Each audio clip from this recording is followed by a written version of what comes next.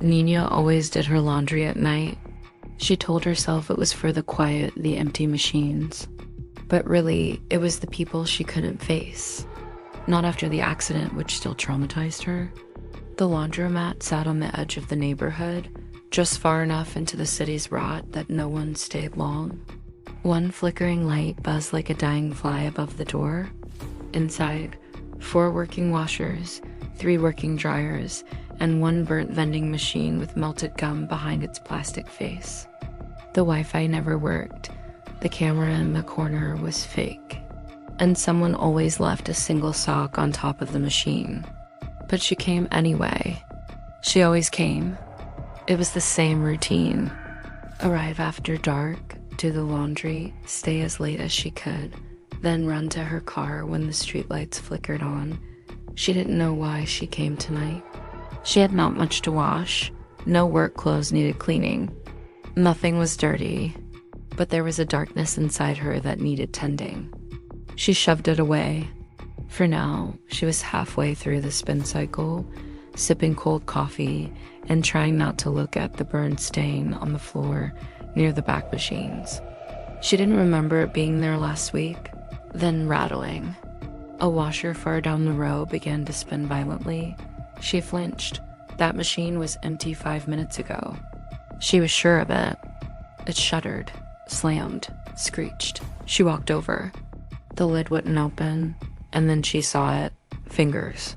A hand. Pale and twitching, pressed up against the porthole glass like drowning things. Then the lid burst open, water and steam flooding out in a rush. A hand gray and swollen shot out and grabbed her wrist. She screamed, wrenching herself backward. But another hand, this one slick with black mold, grasped her ankle, and then another. And another. They were pulling her in. The machine began to growl, its opening stretching, bending, widening into a chasm. She kicked, bit, screamed. The light stuttered like a dying film reel. The gum machine shattered. Sparks from the dryer leapt like fireflies. Just as she began to slip inside, feet first, a hand grabbed her shoulder, firm, warm. Hey, wake up. The lights snapped on fully. The machine stopped shaking. The hands were gone. Nina lay on the floor, soaked, gasping. Standing above her was a man. Late 30s, plain clothes, calm eyes. He hadn't been there before. She stared at him, disoriented. You okay? He asked. She nodded, sat up slowly. What happened? Looked like you fainted, he said. Maybe stress? Or the heat? Or past trauma? She looked around.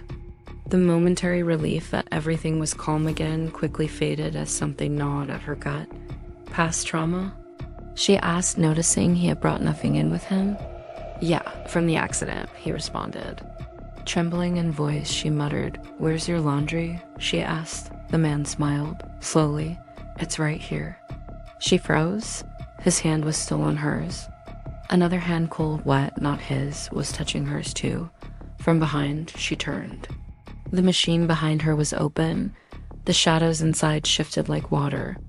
The stranger was still holding her, but his form was beginning to melt, his shadow elongating, face emptying of features. Nina screamed.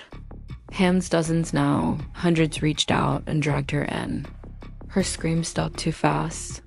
In the silence, the machine hummed gently. The light on the washing machine blinked one last time.